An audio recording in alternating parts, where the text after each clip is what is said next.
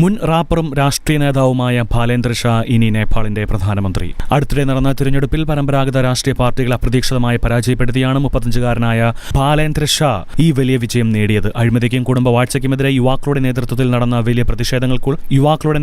നടന്ന വലിയ പ്രതിഷേധങ്ങൾക്ക് ശേഷമുള്ള ഈ മാറ്റം രാജ്യത്തിന്റെ രാഷ്ട്രീയ ചരിത്രത്തിൽ വലിയൊരു നാഴികക്കല്ലാകും എന്നാണ് റിപ്പോർട്ടുകൾ പറയുന്നത്. കാഠ്മണ്ഡു നഗരത്തിന്റെ മേയർ എന്ന നിലയിൽ നടത്തിയ മികച്ച പ്രവർത്തനങ്ങളാണ് ബാലേന്ദ്ര ഷായ്ക്ക് ജനങ്ങൾക്കിടയിൽ വലിയ സ്വീകാര്യത നേടിക്കൊടുത്തത്. സംഗീതത്തിലൂടെ സാമൂഹ്യ തിന്മകൾക്കെതിരെ ശബ്ദമുയർത്തിയിരുന്ന ബാലേന്ദ്ര ഷാ രാഷ്ട്രീയത്തിലേക്ക് വന്നപ്പോഴും യുവാക്കളുടെയും സാധാരണക്കാരുടെയും വലിയ പിന്തുണ ഉറപ്പാക്കിയിരുന്നു. രാജ്യത്ത് 12 ലക്ഷം പുതിയ തൊഴിലവസരങ്ങൾ സൃഷ്ടിക്കുമെന്നും നീതിന്യായ വ്യവസ്ഥയിൽ പരിഷ്കാരങ്ങൾ കൊണ്ടുവരുമെന്നും അദ്ദേഹം തന്റെ തിരഞ്ഞെടുപ്പ് പ്രചാരണ വേളയിൽ വാഗ്ദാനം ചെയ്തിട്ടുണ്ട്. പുതിയ ഭരണകൂടത്തിന് മുൻപിൽ സാമ്പത്തിക പ്രതിസന്ധിയും തൊഴിലില്ലായ്മയും ഉൾപ്പെടെ വലിയ വെല്ലുവിളികളാണ് നിലവിലുള്ളത്. അതേസമയം മുൻപ് നടന്ന സംഘർഷങ്ങളിലെ അന്വേഷണ റിപ്പോർട്ടുകൾ പുറത്തുവിടണമെന്ന ജനങ്ങളുടെ ശക്തമായ ആവശ്യവും പുതിയ സർക്കാരിന് അഭിമുഖീകരിക്കേണ്ടി വരും. ബാലേന്ദ്ര ഷായുടെ നേതൃത്വത്തിലുള്ള ഈ പുതിയ മാറ്റം നേപ്പാളിന്റെ ഭാവിയിൽ വലിയ പ്രതീക്ഷകളാണ് ജനങ്ങൾക്ക് നൽകുന്നത്.